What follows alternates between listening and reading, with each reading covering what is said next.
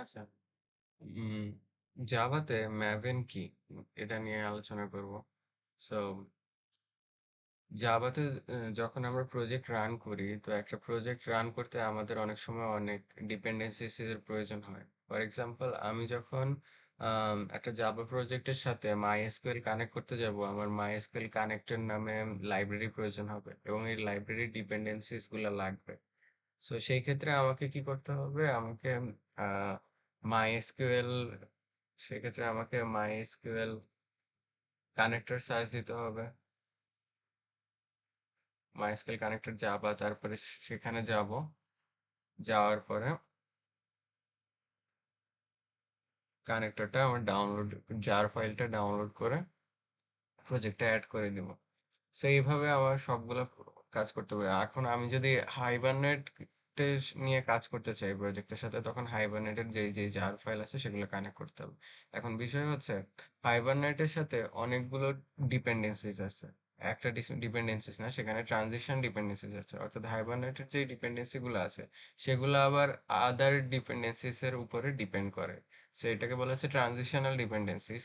তো সেই ক্ষেত্রে আমার অনেকগুলো জার ফাইল ডাউনলোড করতে হবে।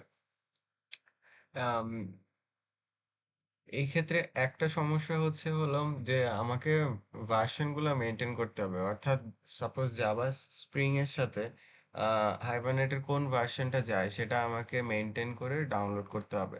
জাভা স্প্রিং এর 6 এর সাথে যদি সাপোজ হাইবারনেট 3 না যায়, আর এবং আমি যদি ভুলে হাইবারনেট 3 ডাউনলোড করে থাকি, সেক্ষেত্রে কিন্তু আমার প্রজেক্টটা রান করবে না। তো এজন্য আবার আরেকটা সমস্যা হচ্ছে, যদি অন্য কেউ আমার প্রজেক্টটা রান করতে যায়, সেক্ষেত্রে আম, তাকে সেম সবগুলা ডিপেন্ডেন্সিস ইনস্টল করতে হবে এবং ভার্সন গুলা মেনটেন করতে হবে। সো যেটা একটা ঝামেলার। এটার জন্য আমরা কি করি? আমরা ম্যাভেনটা ইউজ করি। আহ, ম্যাভেন মূলত হচ্ছে একটা পাওয়ারফুল প্রজেক্ট ম্যানেজমেন্ট টুল, যেটা জাভা প্রজেক্টে ইউজ করা হয়। এটা একটা life cycle, project life cycle. এটা যে শুধু ডিপেন্ডেন্সিস গুলাকে রান করে বা ডিপেন্ডেন্সিস গুলাকে স্টোর করে তা না।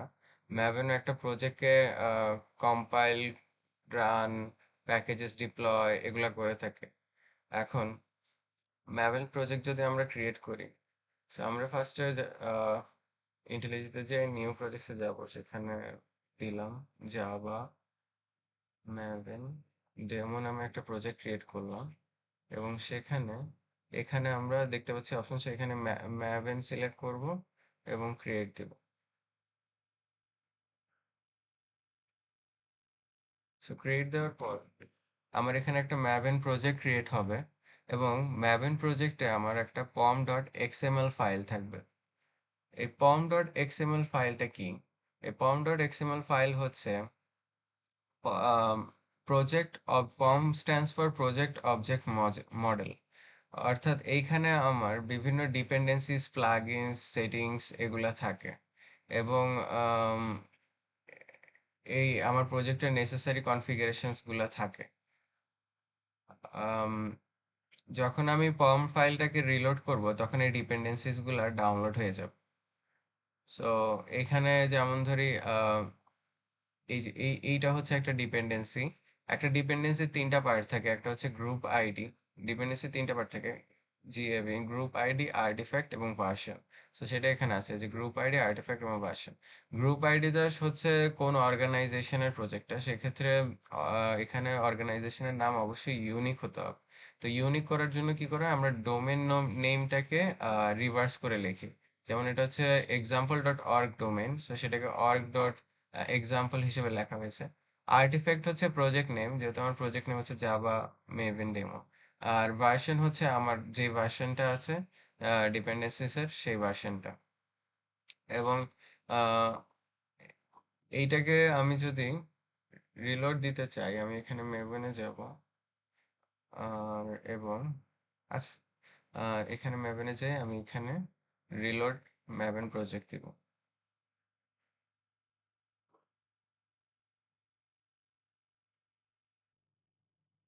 আচ্ছা, তো এখানে আমি যদি ম্যাভেন ঢুকি, লাইফ সাইকেলে যাই, এখানে যদি আমি ক্লিন দেই, তাহলে আমার অলরেডি যেহেতু ডিপেন্ডেন্সিস গুলো শুরু থেকেই ডাউনলোড করা আছে প্রজেক্ট ক্রিয়েট করার সাথে সাথে, সো আমি এটা ক্লিন দিলাম।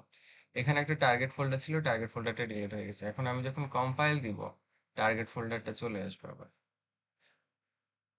সো এখানে টার্গেট ফোল্ডারটা আসছে। এখন আমি যদি আদার্স ডিপেন্ডেন্সিস অ্যাড করতে চাই, সাপোজ আমি যদি মাইস্কুয়েল কানেক্টর অ্যাড করতে চাই, সেক্ষেত্রে আমি কি করব? সেক্ষেত্রে আমি ম্যাভেন রিপোজিটরিতে যাব, ম্যাভেন রিপোজিটরি সার্চ দিব এবং সেখানে যাব।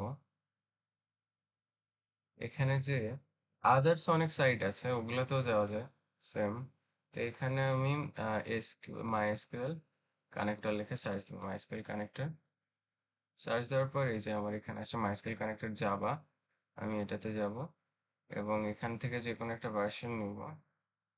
ভার্সন নেওয়ার পর এখান থেকেও আমি জার ফাইলটা ডাউনলোড করতে পারি। আর আরেকটা কাজ করতে পারি, এখানে যে আমার ম্যাবেল গ্রেডেল অপশন আছে, সো ম্যাবেল থেকে আমি ডিপেন্ডেন্সিসটা পেতে পারি। এখানেও ডিপেন্ডেন্সিসে আমার গ্রুপ আইডি, আর্টিফ্যাক্ট, ভার্সন দেওয়া আছে। সো এটা আমি নিব, কপি করব। কপি করে আমি কপি করে এখানে আমি ডিপেন্ডেন্সিসটা অ্যাড করব। ডিপেন্ডেন্সিস এখানে যেহেতু একটা ডিপেন্ডেন্সি ছিল তো এইভাবে লেখা হয়েছে। যখন মাল্টিপল ডিপেন্ডেন্সি থাকবে সেক্ষেত্রে আমাকে ডিপেন্ডেন্সিস লিখতে হবে এবং সেখানে এটা পেস্ট করতে হবে। এটা যখন পেস্ট করলাম, এখন এটা আমার অ্যাড হয়েছে কিনা সেটা কিভাবে বুঝবো? সেটা অ্যাড করার জন্য আমাকে ম্যাভেনে যেতে হবে এবং এখানে রিলোড করতে হবে। এইখানে আমার আপাতত তেমন এক্সটার্নাল লাইব্রেরি অ্যাড হয়নি। আমি যখন রিলোড দিব, এই যে আমার MySQL connector external library add হয়ে গেছে। আবার আমি যদি এখানে দেখি ডিপেন্ডেন্সিসে যাই, আমার এই যে মাইস্কুয়েল কানেক্টর অ্যাড হয়েছে এবং সেই সাথে আরেকটা ট্রানজিশন ডিপেন্ডেন্সি অ্যাড হয়েছে, সেটা হচ্ছে এটা মাইস্কুয়েল কানেক্টর। আমি ডাউনলোড ডিপেন্ডেন্সি নামাতে চেয়েছিলাম, কিন্তু মাইস্কুয়েল কানেক্টর আবার আরেকটা ডিপেন্ডেন্সিস এর উপর নির্ভর করে, তাই সে নিজেই ওইটা ডাউনলোড করে নিয়েছে। ওকে, আচ্ছা এবার আসি ম্যাভেল কিভাবে কাজ করে। সো ম্যাভেল মূলত আম, যখন আমি কোনো ডিপেন্ডেন্সি রিলোড করি তখন ম্যাভেন সেটা লোকাল ফোল্ডারে খুঁজে, অর্থাৎ আমার পিসিতে M2 ফোল্ডার নামে একটা লোকেশন আছে, সেখানে খুঁজবে। এবং সেখানে যদি না পায় তখন সে রিমোটলি খুঁজে। রিমোটলি বলতে আম, সে অর্গানাইজেশনের রিপো বা কাস্টম কোনো রিপোতে খুঁজে। এই ক্ষেত্রে একটা বিষয় হচ্ছে, যখন লোকালে খুঁজে না পায় রিমোটলি খুঁজে, রিমোটলি যে কোনো ডিপেন্ডেন্সি সিকিউরিটি ইস্যুতে হতে পারে বা সেই ডিপেন্ডেন্সিটা ব্রোকেন হতে পারে। তো এই প্রবলেমটা সলভ করার জন্য মাঝখানে একটা সেন্ট্রাল রিপো থাকে, যেখানে সেন্ট্রাল রিপোর্ট হচ্ছে অর্গানাইজেশনের নিজেদের রিপো। এইখানে অর্গানাইজেশন যেসব ডিপেন্ডেন্সিগুলো ট্রাস্টেড এবং টেস্ট করা হয়েছে সেগুলাই থাকে। তো ম্যাভেন যখন লোকাল ওয়ে পায় না তখন সে সেন্ট্রালে যায় এবং সেন্ট্রাল থেকে খুঁজে বের করে, এবং সেন্ট্রালে না পেলে সে অর্গানাইজেশনকে রিকোয়েস্ট করে যে রিমোট রিপো থেকে ডিপেন্ডেন্সিটা নামিয়ে টেস্ট করে সেন্ট্রালে রাখতে। তো এইভাবে ম্যাভেন কাজ করে। তো লোকালে যদি আমরা দেখতে চাই যে ম্যাভেন কোথায় আছে, সেক্ষেত্রে আমাকে যেতে হবে আহ এই সাইডে যে ইউজার্স, নিজের ফোল্ডার, এখানে হচ্ছে M2 ফোল্ডারে যাব। M2 ফোল্ডারে যে রিপোতে গেলে এই যে এখানে হচ্ছে আমার ম্যাভেন ডিপেন্ডেন্সি গুলো ডাউনলোড করা। এগুলো যদি ডিলিট করে দিই,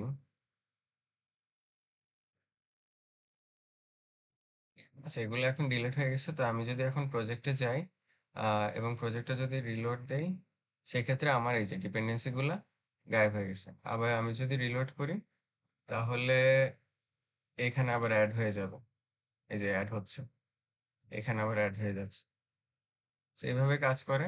আম, এবং এখানেও অ্যাড হয়ে যাবে। তো এই আর কি।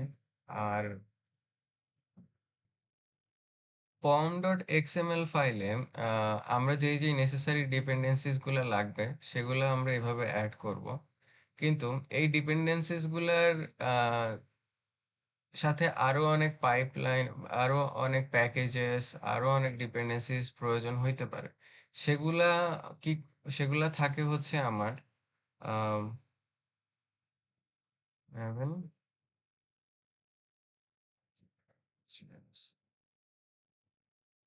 সেগুলা থাকে হচ্ছে show effective POM effective POM dot XML এ থাকে।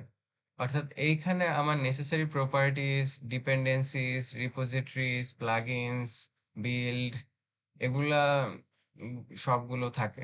আমি মূলত এখানে আমার যে যে ডিপেন্ডেন্সিস গুলো লাগবে সেগুলো অ্যাড করি, এবং সেই ডিপেন্ডেন্সি গুলো রান করার জন্য যা যা প্রয়োজন সবগুলো থাকে হচ্ছে আমার এফেক্টিভ পম ডট এক্সএমএল এ। এবার আসি আর্টিফ্যাক্ট কি। আর্টিফ্যাক্ট হচ্ছে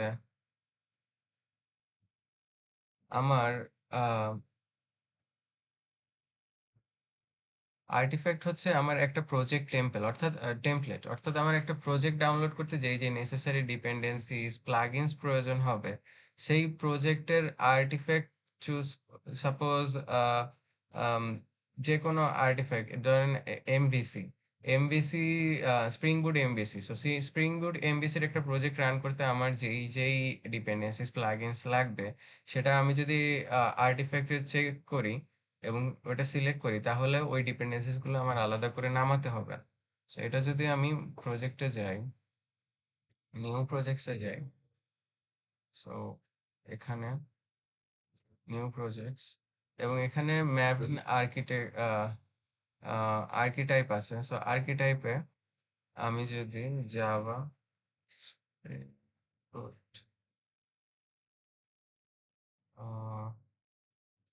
জাভা আমি যদি একটা বেসিক ওয়েব অ্যাপ বানাতে চাই এবং সের জন্য আমি যদি প্রয়োজনীয় ডিপেন্ডেন্সিস চাই, তো সেক্ষেত্রে আমাকে এই যে ম্যাভেন আর্কিটাইপ ওয়েব অ্যাপ, এটা সিলেক্ট করতে হবে এবং এটা অ্যাড করতে হবে, তারপর ক্রিয়েট করতে হবে। তাহলে আমার একটা ওয়েব প্রজেক্ট ক্রিয়েট হবে। ওয়েব অ্যাপের জন্য যে নেসেসারি ডিপেন্ডেন্সিস গুলো আছে সেগুলো আমার এক্সটার্নাল ডিপেন্ডেন্সিসে অ্যাড হয়ে যাবে।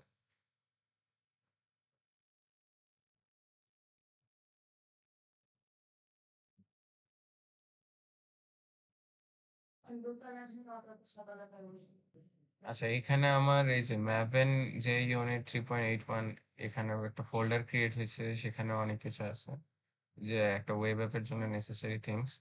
আমি যদি এখানে যে এটাকে আবার রিলোড দেই, খুব সম্ভবত সেম জিনিসই হবে, কারণ জিনিসপত্র নামানো হয়েছে। হ্যাঁ, ঠিক আছে। লাইফ সাইকেল ডিপেন্ডেন্সিস, এই যে এই ডিপেন্ডেন্সিটা অ্যাড হয়েছে, এটা ওয়েব অ্যাপের জন্য। তো এটাই হচ্ছে আর্কিটাইপ, দ্যাটস ইট।